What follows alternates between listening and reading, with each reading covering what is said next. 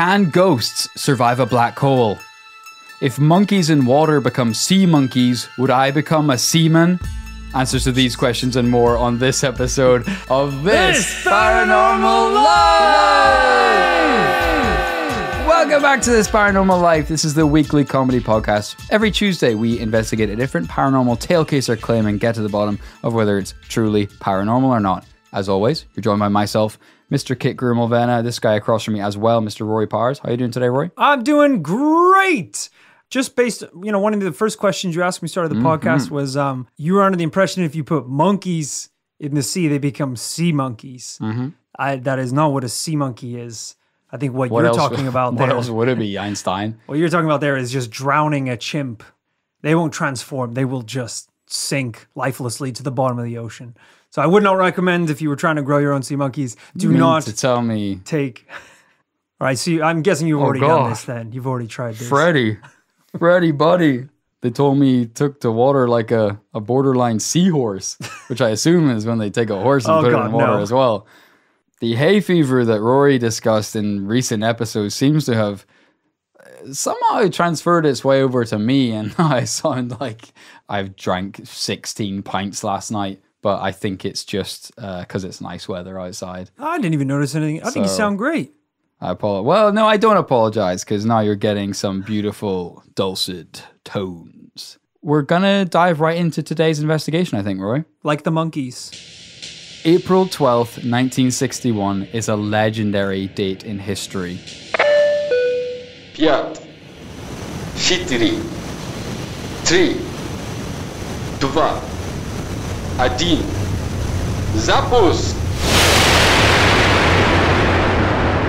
That was the day Yuri Gagarin became the first person to combat the final frontier and travel into space. Oh. He managed to orbit the planet in 89 minutes and made it back to Earth safely. The mission was a roaring success, and Yuri's face was splashed across every newspaper in the world. It was official, the USSR had beaten America in the space race. But what if I told you that Yuri Gagarin was not the first person in space, but in fact, the first person to go to space and survive? Ooh. Quite often in our stories, we fast forward in time, but today we're going to rewind back to February 2nd, 1960, more than a year before Yuri's fateful journey. Achille and Giovanni Battista, confusingly also known as the Utica Cordia brothers, were radio enthusiasts living in Turin, Italy. They built their own listening station in a disused German bunker, using parts and spares that they scavenged. How old are they? Also, scavenged just means stolen, really, doesn't it? Yeah. You're already probably not allowed in that German disused bunker. Like, imagine someone was in my house and I had, I don't know, I was wearing a nice Rolex and they were like, that's a nice watch. Where'd you get that? Oh, I scavenged it. Did you really? Seems like a kind of important and expensive piece of equipment to find lying around somewhere. I don't know, Rory. I think I'm going to say they were like teenagers or young men. Okay. All I know is they definitely didn't have girlfriends if they're hanging out. Two brothers in a disused German bunker. Although I will say dangerously close to what we're doing right now. Yeah. Radio enthusiasts. Maybe someone will describe us someday as podcast enthusiasts. So they were hiding out in this disused bunker, using equipment they'd scavenged to listen in on cosmic communications. One February evening, they were scanning Russian frequencies and tapped in to what they thought must be an orbiting capsule.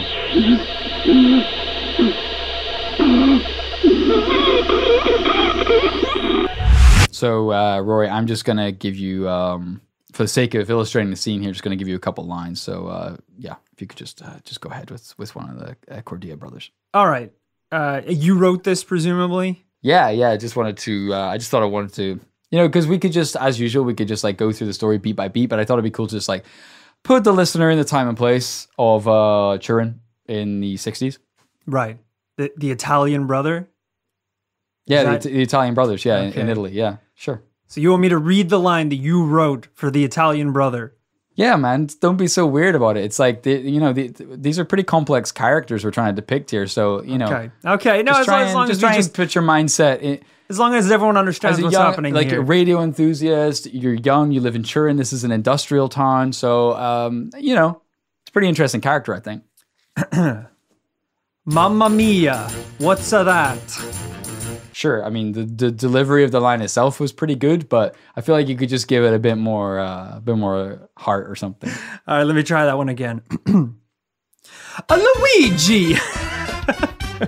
I love that energy. Well, you went off script, but I love the energy. The Mushroom Kingdom is in trouble. It sounded like a person in serious trouble. Turning the dials all the way up, they could just about hear what sounded like a heartbeat. Dio mio, it sounds like there's a person up there. You've said just quite enough here. What? What did I do? This is coming from someone who's been ridiculed in the past on this podcast for doing poor performances in voice acting. What was poor about that? I don't want to bring up my Yorkshire accent from the last episode because that's a hot topic of conversation. It did get us cancelled. It did. Tread lightly, my Italian friend. Or I'm going to throw a fucking green shell at you or something. The spookiest part is that the signal seemed to be getting weaker, as if the craft it was coming from was flying away from Earth at some speed. The brothers were seriously creeped out, but also really confused. The signal had come from space, but nobody had been to space yet. There should only be satellites, radio communications. They might have chalked it up to being just one of those things if it hadn't happened again. Ooh. On the 28th of November, 1960, still 4 months before Yuri Gagarin's mission, the brothers honed in on a Morse code message from space.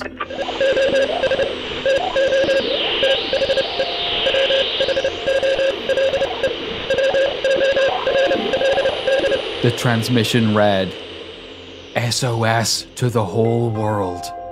Jeez, that's casting a wide net, isn't it? I always love those kind of Morse code things because they've got the person on the receiving end has got to be doing a double take. Right, like, yeah. That can't be what it means. Yeah, it's like, have I gone wrong here somewhere? Yeah, heard a thing the other day, right? SOS doesn't stand for basically anything. Wasn't it save or something? Wasn't Yeah. that what it was like the generic kind of answer was? Yeah, people think it's like save our souls. But yeah, people think it's that. But yeah, it's like... It's just a code? It's just a code. It's just like... There was like, I think after a while, all the countries got together and started trying to agree because they were like, actually, it'd be helpful if we all knew what we were saying. And that one, I think the SOS is like... It's basically like really hard to get wrong when you're doing the Morse code. Right. Whereas other things might be easier to get wrong. The Titanic was kind of a big moment when people changed their minds because I think the Titanic, they ended up, because there was no international agreement, they had to do like a couple of different messages because they were help us. Someone, or like, help, what's help us in German? Oh God, I don't know. And here I thought the international cry for help was having a paranormal podcast. Ring! Mamma mia! You're right there, Rory. This is me in therapy. The person's like, you know you're not recording the podcast right now, right? I don't like to talk about my feelings. The only way to deal with the gravity of the situation is to talk like a Mario. You're like, let's go back to your childhood and talk about your father. Bowser? Bowser's not you don't even know a lot about Mario to be doing this. Learn more about Mario if you want to do Mario voices. I love my Uncle Luigi. No! The therapist is trying to speak your language. It's like, I guess it's like you're looking for that final star. And you're like, that's actually really unprofessional of you, Doc, and I don't appreciate it. And I think our time is up today. No. Maybe the princess you are looking for is inside you all along. What the are you talking about? Mario jumps on boxes. What the is this princess shit? SOS to the whole world. What did it mean? They were clearly discovering something huge here. This was before, before Spotify, before CDs. So, if you were hanging out with your boys and you wanted to be like, hey, let's get this party going a little bit, you would just have to twist the dials on those old ancient radios till you find something that slaps. And half the time it would be a cosmonaut lost in space. I think it was radio, to be fair. I think they could just turn on the radio, listen to music, Yeah, it was the 60s. but it would be like half of the radio channels around that time would be, like old-timey bangers. Old-timey, like, and then just the signal music. would just freak out for a second. Help me, I'm lost in a black hole. Whoa, twist that dial a little bit. Going down to the market, help my girl out for a night on the... Oh my God, the aliens are real. Oh, turn that dial a little bit back in the things. Wow, what a great track. That's the new single from Oh My God, I'm Lost in a Black Hole. KGB agent in the corner of the radio station. Shut it down. Shut it down. On several occasions, they say their radio station picked up various orbiting Soviet spaceships and even detected a secret rocket launch. There were 3 days in May that year they claimed to have heard a spacecraft in distress calling for help.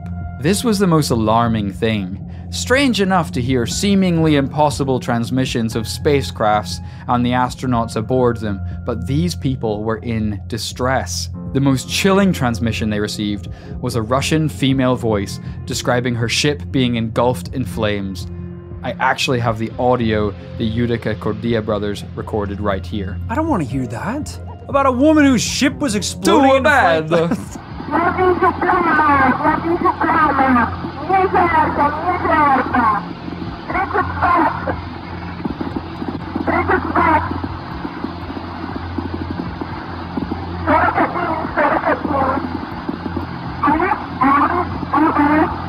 I see flames, I see flames. I feel hot, I feel hot. 32, 32, 41, 41. Am I going to crash? If that recording is genuine, we just heard the final moments of the real first woman in space. So as you've gathered, the brothers recorded these signals and released 9 recordings over a period of 4 years. They claim documenting the deaths of multiple Russian cosmonauts that nobody else seemed to know about. It's not quite as romantic as one small step for man, one giant leap for mankind. If in the history books, one of the first people to escape the Earth's gravitational pull, their quote in the book is, I see flames, dear God help me, SOS. I see the face of God, it's got devil horns. Eternal damnation faces us all. Yeah. Turn back. God has forgotten us. You don't want that to be like, your history lesson for the day. Yeah. Teaching about mankind's first exploration into the beautiful stars. And it goes for anything. It doesn't have to be as great as, man setting foot on the moon or something. It could be if you're the first guy to try the stuffed crust pizza at the Domino's and the local press ask you for a quote and you say, I see flames, I see flames. I saw the face of God and he is unkind and unhappy. That's not going to sell pizzas. No, it really isn't. And it's going to take the government investment in stuffed crust pizza. It's going to be gone forever. Yeah, they want the phrase, one giant leap for pankind. Deep pan. Nice. Now, maybe you, Rory, or maybe the people listening at home are not convinced. After all, we have only the word of 2 people on this, and being brothers, there's always a chance they cooked up a story for shits and giggles. Talking alligator type of deal. But these brothers weren't the only people to witness secret space malarkey before the first official mission. It was March 26, 1961, near the city of Perm, USSR. Everyone's got curly hair there. Yeah. People were going about their business when the peace was broken by an earth-shattering noise. It sounded like an anti-aircraft rocket. Looking up into the sky, the people of Perm, they saw the source of the deafening boom. A small capsule had re-entered the atmosphere. An ejector seat burst from the pod and parachuted to the ground before the town's eyes. Officials appeared suspiciously quickly, as if from nowhere, to shoo people away. Go back to your homes. This doesn't concern you. It's a routine test, nothing more.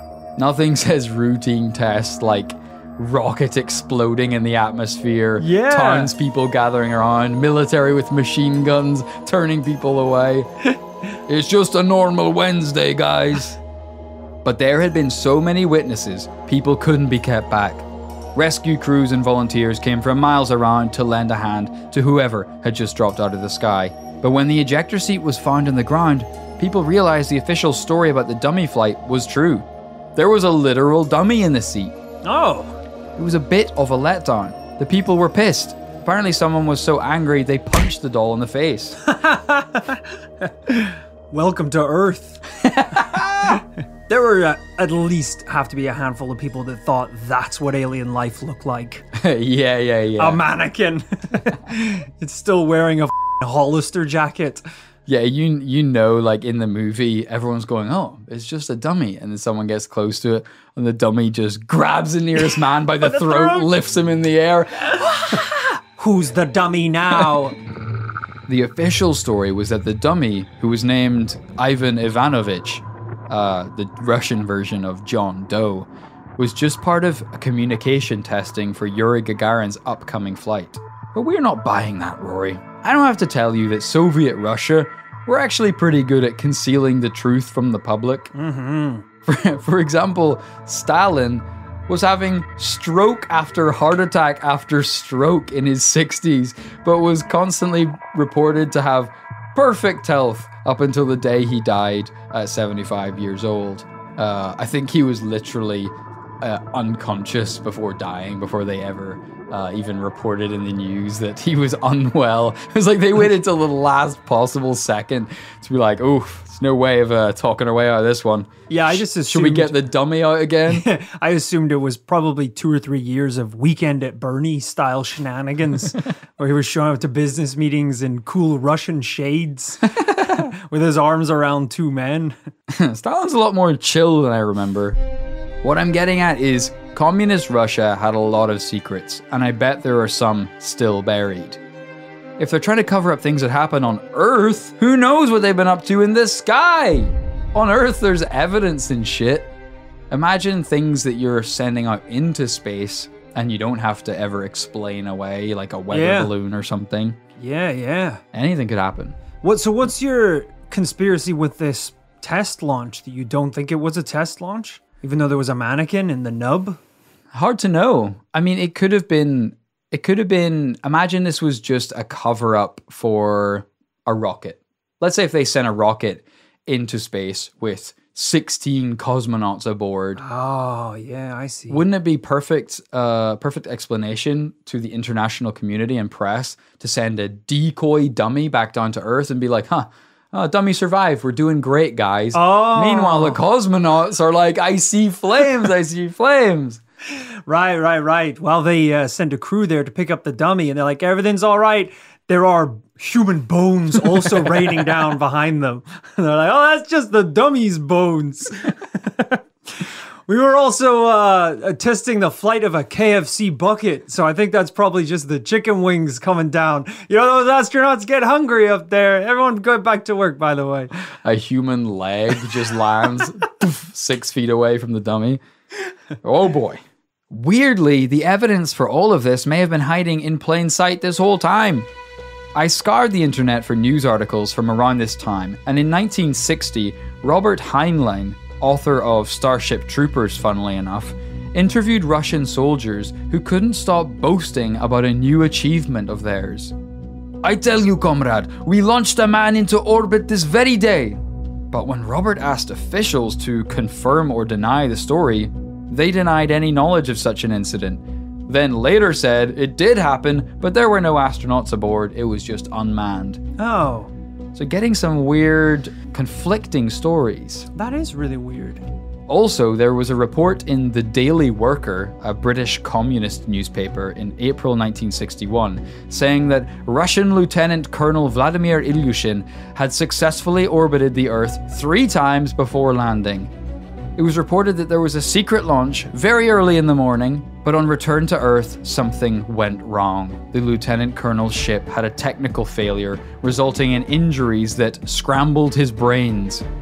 First, they said he was suffering from, quote, mental anguish, which was then downgraded to coma. Good Lord. Scrambled his brains. That's what not happened? good. That's not a technical term or a medical term. Yeah, whatever doctor gave that diagnosis, get me a new doctor. Yeah, 100%. His brain looks like scrambled eggs. Can I see your medical license? Can I see it, please, sir? He passes you an ID that just says he's a line cook from a local hotel. My specialty is scrambled eggs. I also like the idea that in order for a launch to be secret, you just have to do it really early in the morning, as if no one's going to notice a f***ing rocket blasting into space before rockets are even a thing. At least today, when a SpaceX launch goes up, it's like, I don't know, we've been doing rockets for a while. Yeah. Back then, it was a lot more alarming. I still think it's weird, though, that rocket launches aren't a more publicly acknowledged thing. Because even with SpaceX, you see that all the time, where an entire downtown city will just be like, what the happened last night? The sky is purple and I just saw birds migrating out of an entire forest, and it's like, oh yeah, SpaceX just launched a rocket. And it's like, I don't know, maybe they do have, maybe they do have to jump through a lot of hoops, but it seems like they just can do whatever they want. I feel like if so much as the local council here puts out a traffic cone to divert traffic one day, everyone in the neighborhood gets letters about it being like, heads up guys, there's going to be a cone out there one day. And there's cone protests. There's someone starting a Facebook group saying the cones don't exist. It's mad, but yeah, but suddenly you can launch a 50-ton robot dick into the space that blocks out the sun for 2 days. And sometimes it's like, well, what was the point of that? And it's like, just about, just want to see if this rocket was cool. He put a car into space one time just for shits and giggles. It's wild. It must be a money thing. You can just cash a check and do whatever you want. That's the world, isn't it? That's the kind of money I want to have. Yeah, you've heard of you money. What kind of money? That's block out the sun money. Yeah. I want to be able to have enough money that I can ride a blimp through downtown Manhattan, but not high up. I want it building level, and I can flip off all the businessmen working in their little offices. How much money do you need for that? There was a guy on TV recently. I saw him on Breakfast News show or something one day there. He was on there because I think he's some British guy, but he flies jetpacks or something. Right. He's a real Tony Stark type guy. And on the news they were like, how'd you get into all this, huh? Who gets into flying jetpacks and experimental planes and weird shit? And then he was like, well, my granddad did fly helicopters and stuff. Maybe his dad was in the army or something. So he was like, so, I was kind of interested in aviation. But really, after 16 years of working in oil trading in the city of London, I really felt a calling to just do something more with my life. It's we need to tax these people. How can you make so much money that your job now is flying jetpacks? By the way, everyone has a call to do something more with their life.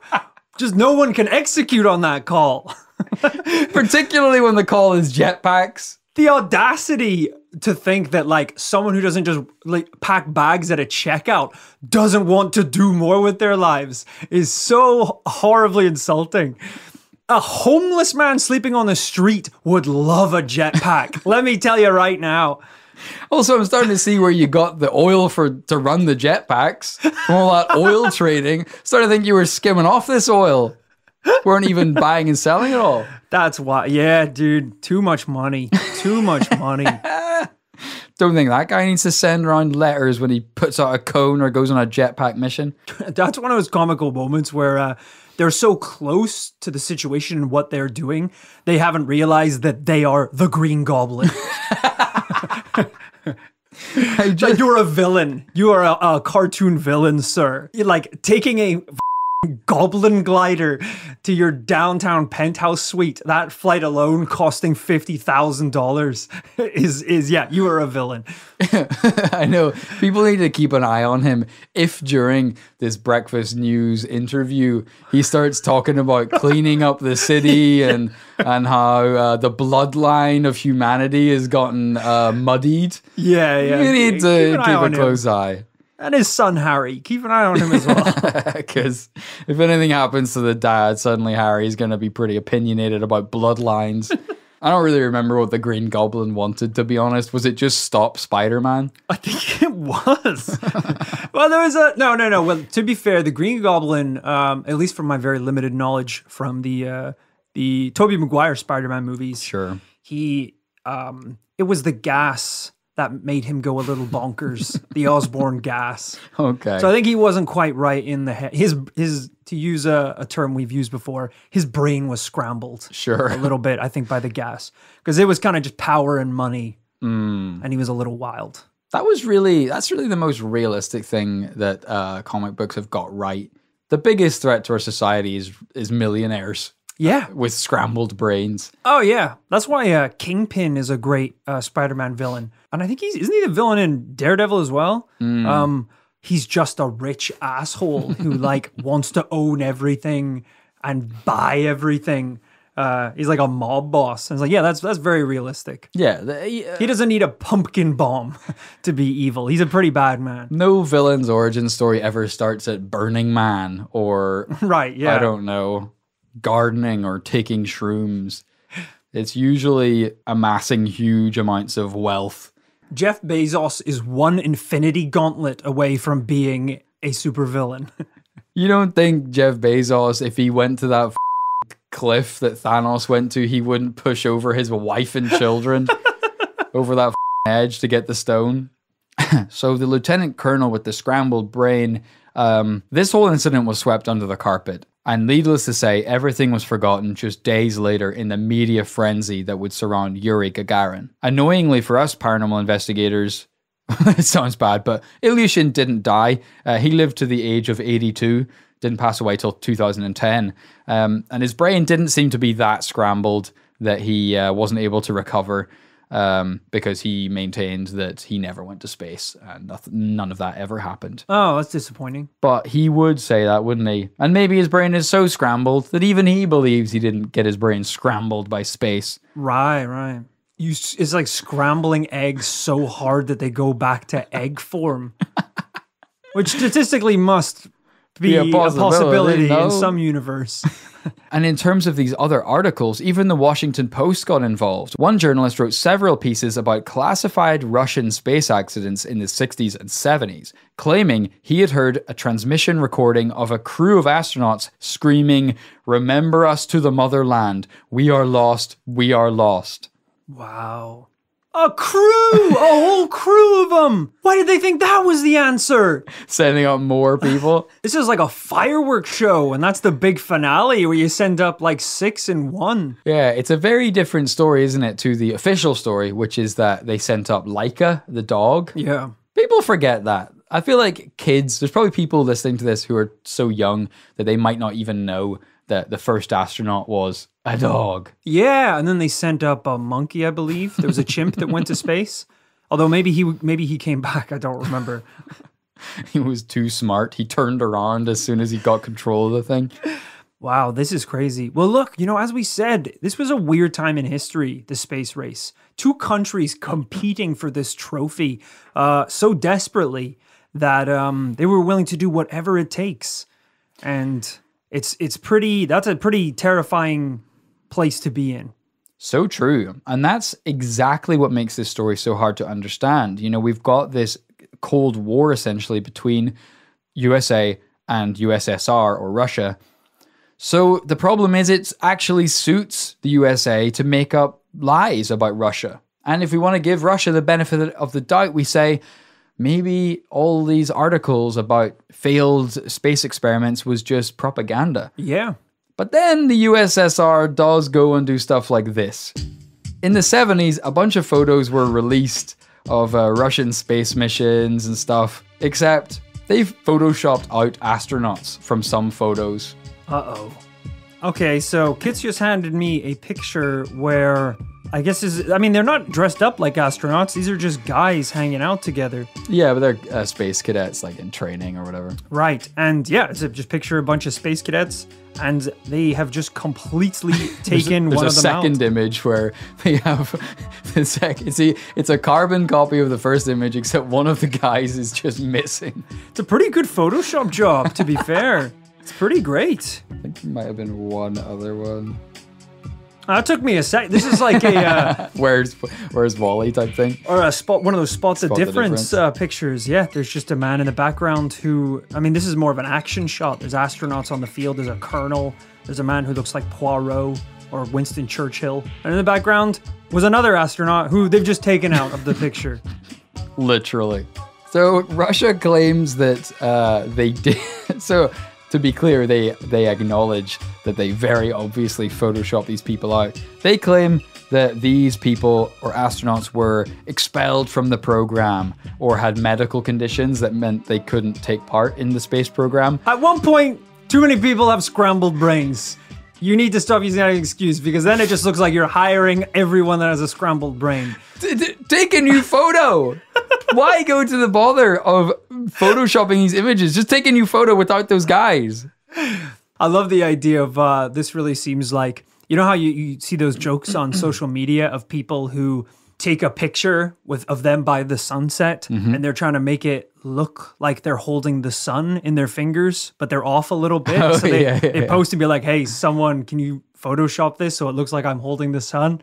I like the idea of the USSR posting on Twitter and being like, hey, can someone remove this scrambled brain boy from the background of the photograph? Or like, isn't the guy who disappeared mysteriously the day we all heard an earth-shattering rocket sound? No. No, he's enjoying his retirement in a retirement home. It's just a dummy in a wheelchair. Like, no, he is alive and well. Here he is in his convertible car. And it's just like a dummy in a convertible that they pushed off a cliff. Oh, no! You all saw he was alive and well only moments ago. So, Rory, we have got such a mixed picture. Whilst our story started with these Italian brothers, no relation to Luigi or Mario. We started with these guys getting these supposedly real recordings of cosmonauts before Yuri Gagarin, all the way through to American journalists writing about these same reports.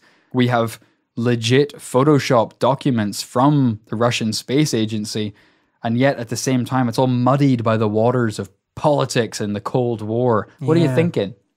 You know, I was looking for a good time to bring this up, and then it didn't happen, and now we're at the end of the episode. But one of the short films that I worked on when I was at film school was all about this. Really? Yeah, the film was called... You kept that quiet? The film is called The Lone Cosmonaut. Because, boy, we only have about 60 seconds, so that sounds really interesting, but I do think we have to jump to conclusions. So, it was just, you know, it was a movie covering the topic. We actually all went to Russia and retrieved some of the actual artifacts from the yes or no, though, yeah, because it just, it sounds really interesting. It's hard to wrap up in a couple sentences, because I actually met some of the cosmonauts who survived and came back down to Earth. Yeah, that would have been really interesting earlier. But if you just take all the information that you know, I don't need to know that. You just use it to sum it all up as quick as you can. Well, it was just, there were even flights that you didn't even mention in your research. Hell, this is a disaster. Right, double yes then, just by default. So, sorry, Rory, was trying to derail it pretty hard there. They actually all said no. They made it very clear we were not welcome at the old folks' home. It was gotcha journalism. I kicked down the door dressed as Neil Armstrong. They didn't take kindly to, and they tased me. I said, "Remember me?" Which doesn't make any sense at all. I was not welcome, and I am now banned from Russia, Mother Russia. No, it was a really cool film, and I was more involved in the post-production side of it, not the research or the writing and directing. But it was a very, very cool film, and I did learn a little bit about this very strange time where these cosmonauts were being sent up into space, And it was a pretty bum deal you got, which was, hey, do you want to possibly be the most famous man in our country's history or possibly be erased from existence? That was kind of the dice roll that you had to put up with. And I guess a lot of people at that time maybe weren't being told either the odds or weren't being warned about option B. Yeah. It was kind of like, do you want to do this? Maybe you'll die, but you'll be a martyr in Russian history. And it's like, okay, yeah, sure, I'll give that a shot. That wasn't the case. It's like Olympic hopefuls. They don't tell the Olympic hopeful children that they're most likely wasting their life, that they'll most likely end up with no career options, no money or anything, and that they most likely won't even get into the damn Olympics. No, they tell them they're going to be the biggest star that's ever been. Yeah. And the second they so much as twist their ankle, they're scrambled brains. They're useless. They are dressed up as a dummy and crashed down to earth for a test. Yeah, you're so right. I mean, I guess I should have addressed at the beginning of this episode, but I think you guys are kind of used to it, to the format by this stage, that we don't always cover things that are explicitly paranormal. Sometimes you just have to cover a story that's creepy and mysterious and unexplained. And I think that's what this falls into. But what you're saying, it does kind of raise a question in my mind. You know, I heard in this story in the research that whenever Russians did find out about supposedly failed missions, people that didn't survive and such in early tests, when those rumors went circulating, people were angry because they felt that lives had been sacrificed just to compete in some sort of geopolitics, dick-swinging contest with America.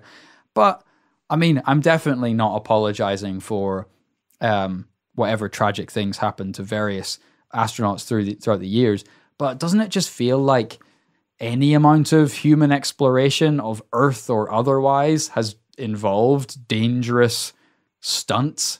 I mean, Jesus, how many people died trying to row in a canoe from Africa to Australia or something? Right. I guess that's maybe a slightly different situation because most of those people have been warned about the dangers of what they're about to attempt. Okay. Or maybe the whole pretense of what they're doing has been explained properly. Whereas it seems like maybe some of those cosmonauts weren't being given the full picture. Yeah. They were probably saying, this is great, you're going to be the hero, the ship's working perfectly, just scoot past some of these shard remains on the launch pad and we'll just get you up to this brand spanking new ship. And the thing explodes immediately.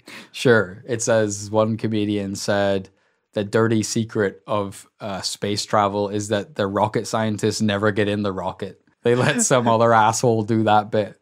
Yeah, I don't know. I think that's, saying that every part of human development requires a sacrifice is also a very Green Goblin thing to say. It really is. Don't you see? The advancement of the species requires half the population to be okay. That's way too much. That is way too much, by the way. Yeah, but sure. Yeah, I can. Yeah.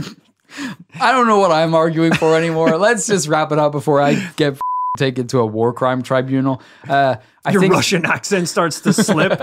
Well, anyway, brother, let's wrap this up. Would you not say that push comes to shove, you would do the same things for as your mother country? Look, we love to throw stones on this podcast in this country, but what government hasn't done a bunch of shady shit? I just the other day, as part of my weekly routine, look at the Wikipedia page for MK Ultra. Sure, and look at all the incredibly horrible, shady stuff that the U.S. government has done, including just experimenting on Americans without telling any of them it was going to happen. At least the cosmonauts were under the impression they were going to the moon. James, who just ate a loaf of bread at the steel factory, was given 200 grams of LSD and had a heart attack in his family home. You know, I don't mean to red pill people here, but the U.S. government. But open wide, U.S. government nuked a lot of countries. People think they just nuked during the war. No, they nuked a bunch of other places too. And then set up scientific labs on those islands to study the effects of nuking people. Like, as Westerners, a lot of bad stuff. As Westerners that believe we live in an advanced democracy, we've done some pretty shady things. Oh yeah, well, it's what they say. You know, history is told by the victors. That's right. And you know, I couldn't think of a better phrase to kind of round off this podcast. And this podcast is brought to you by Sputnik 5, the best vaccine for coronavirus, made in Russia from the finest ingredients. Line up and get your dose today. Would you go to space? You know, it's becoming more of like a commercial thing now. It's going to be available to very wealthy members of the public eventually. But is that something you're interested in? Yes, I have feelings about this. I feel very conflicted. Because as far as I'm concerned, there is tiers of air travel that I'm willing to do. You know, lots of people are scared of flying full stop. Some people are scared of small planes. Personally, planes are all good. Little plane, big plane, even hot air balloon. Hell, I'm fine with it.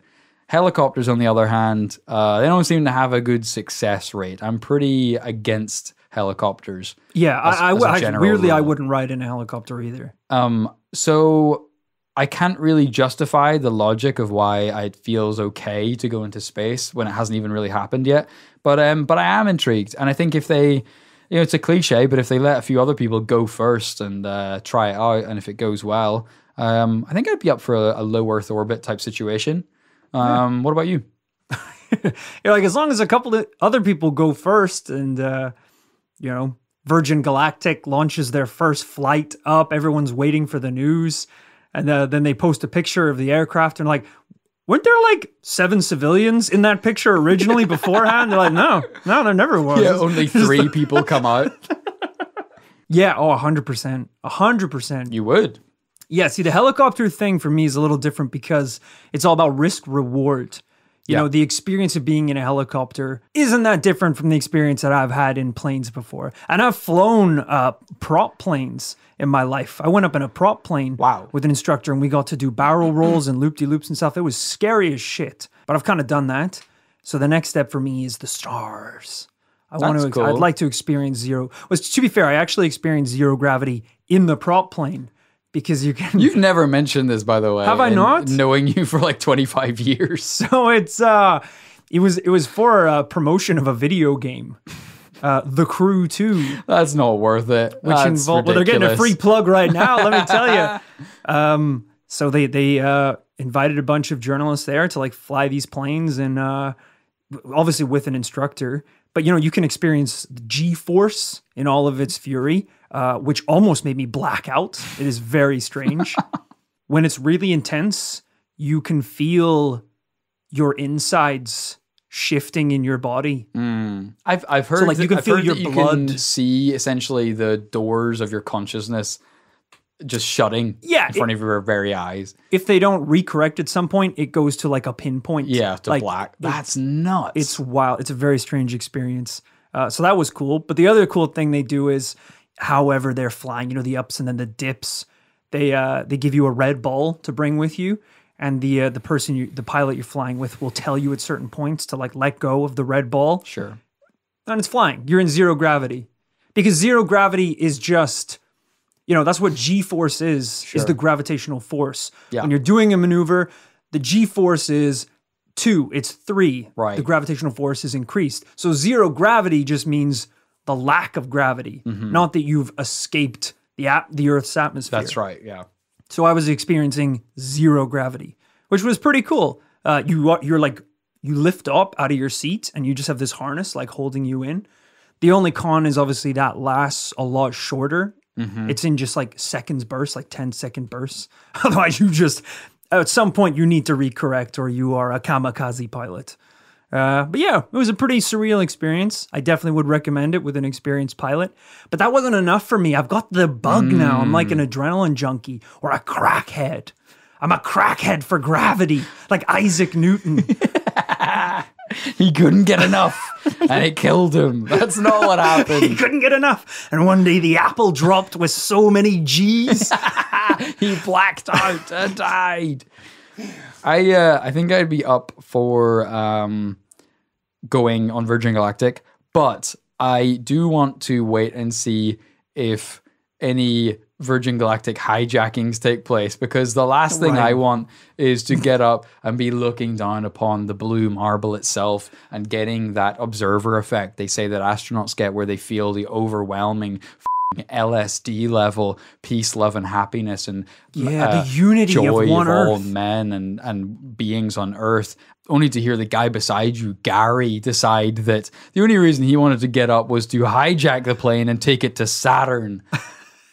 You're stuck in space forever. Yeah, you don't want to be looking down at the bountiful beauties of this pale blue dot floating effortlessly in space, and here in the background, all right, stick him up. Oh, no. No.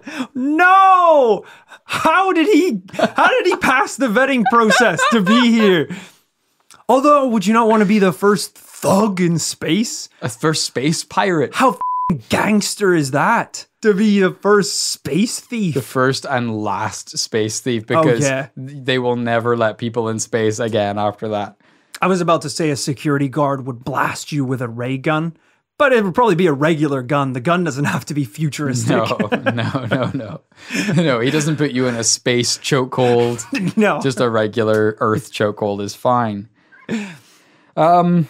Let's try and rein this puppy in. I think today what we're trying to decide, Rory, is whether it's not paranormal or not, or whether you think it's true or not that there were early space missions recorded by these Italian brothers. Things went horribly wrong. Whether or not that's the conclusion, whether or not we think it's true, whether these things whether there were lost cosmonauts. Absolutely. Based on the knowledge that you have presented and my limited knowledge from the research that was done in the film that I worked on.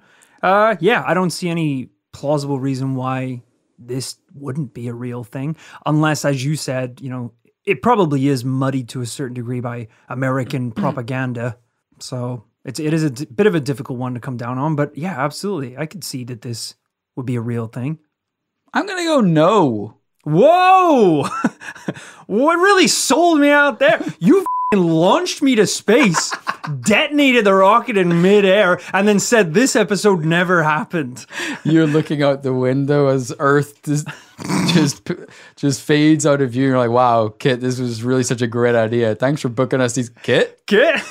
So long, sucker! There's a monkey in a spacesuit sitting beside me. What?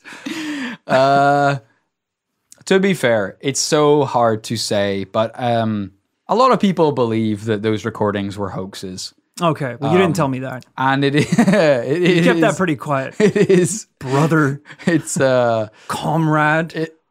Unfortunately, the geopolitical times that we're in, it means the whole thing is so damn muddy. It's hard to know who to believe. Wow. So, I gotta say, I don't think it's the most important episode whether we come down to yes or no. It's not paranormal anyway, but really interesting to talk about, really interesting to research. Thank you to Amy Grisdale for researching this one. How do you want to wrap up today? Do you want to sing the national anthem of America and salute the flag or something? Do you want to do that? Huh? Are you Mr. Patriot? Insinuating that? I think everyone knows what I'm insinuating here. They got to you, brother. Everybody, mark your calendars. We made it this far in before the big man got to Kit. We'll see you next week where it's just me talking into one mic. Because apparently I'm the only one that can dispel the truth anymore these days. I'll be broadcasting from 500,000 feet orbiting the Earth in my galactic craft. The truth of the next podcast is going to hit you like about 7 Gs. You're going to black out from the intro questions alone. Thank you so much for tuning into this week's edition of This Paranormal Life, looking into all things lost cosmonauts. If you love this episode and you just can't get enough of that good paranormal investigation, head on over to patreon.com/This Paranormal Life, where from a mere $5, you get access to over 40 full-length bonus episodes into the most salacious and unbelievable paranormal tales on Earth. Or off of it. But if swag is really more your thing, head on over to thisparanormallife.com where we have a web store. That's right, a web store where you can get This Paranormal Life exclusive merchandise. We've got a couple different designs on there at the moment with more coming in the pipeline. But you can get short sleeves, long sleeve shirts, Chompy's North Korean cereal merchandise, and regular This Paranormal Life logos. And the new tier coming to Patreon at the $20,000 level, you will be able to join the Galactic 12 with a journey around the Earth, one full orbit. This is the privilege to join myself and Rory on a orbit of the Earth. Once Virgin Galactic is available, you will need to fork out for the 3 tickets. The $20,000 is really just to get us on board to hang out with you. And you'll also have to obviously pay the rest of the members of the Galactic 12 to be there as well. I don't remember who was necessarily involved. Ryan Gosling, I remember, was involved at one point.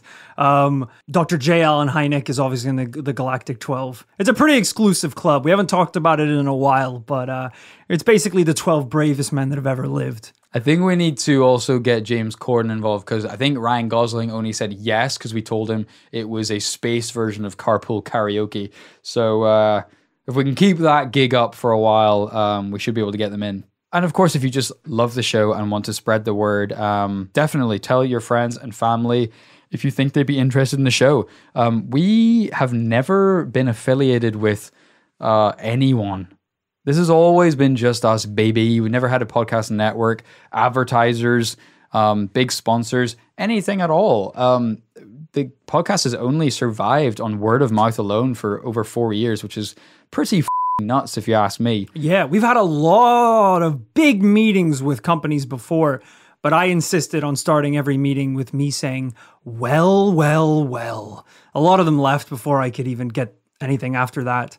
So a lot of our meetings have been canceled 3 seconds in, 4 seconds in. Oh, we would love a sponsor. We would love a big brand to come on We're board. on our knees here. Specifically, we would really like Virgin Galactic. I think that would be great. Sure. But, we're not picky, guys. Delta Galactic. Do they have a... The point of this was... EasyJet Galactic, I will fly. No one is sponsoring us anytime soon. So thanks to you guys spreading the word has made this podcast possible. So please tell a friend, tell a family member, leave us a review on Apple Podcasts or wherever you get your podcasts. Follow us on Spotify. These things all push us. Sorry, they don't push us. They storm the charts. Yes. And get us up the rankings and make sure that more people can hear the good gospel of This Paranormal Life. But hell, I've been yapping for long enough, guys. Hope you enjoyed this week's episode. We'll be back next Tuesday with another brand new, probably paranormal this time, tale. We'll see you then. Bye-bye.